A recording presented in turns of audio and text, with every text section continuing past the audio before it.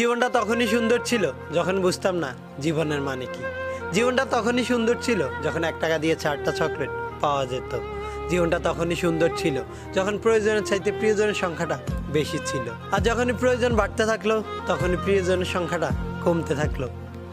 সেই ছোট্টবেলায় জীবনটা অনেক সুন্দর ছিল। ছোটবেলায় যখন বড়দের দেখতাম তখন ভাবতাম বড়দের জীবন কতই না সুন্দর।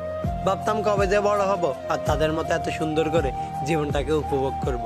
কিন্তু আফসোস, বড় হওয়ার সাথে সাথে সেই ছোট্টবেলাটা মিস করার সবচেয়ে বড় কারণ হয়ে গেল। হ্যাঁ, মিস করি সেই সময়টা যখন 8-10 জন মিলে ভাগ করে টাকা দিলেও একটা বল স্ট্রিপ কিনতে গেলে হিমশিম খেতে হতো।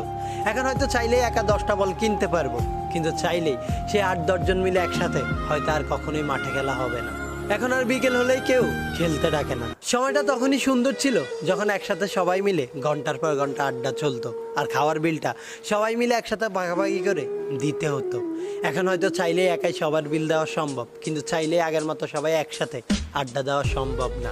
হ্যাঁ, মিস করি সেই সময়টা যখন বড়দের হাজার বকাঝকা সত্ত্বেও একজন আরেকজনের কাঁধে হাত রেখে হাঁটা আর সবাই মিলে একসাথে সারা জীবন পথ চলার ওয়াদা করা। কিন্তু বড় হওয়ার সাথে সাথে আমাদের প্রয়োজন বাড়তে থাকে, আর সেই প্রয়োজনের বেড়ে কত প্রিয়জন আর ওয়াদাগুলো হারিয়ে যায়। জীবনটা সত্যি অনেক সুন্দর ছিল সেই ছোট্টবেলায়। অনেক বেশি মিস করি হারিয়ে যাওয়া সেই ছোট্টবেলাটাকে।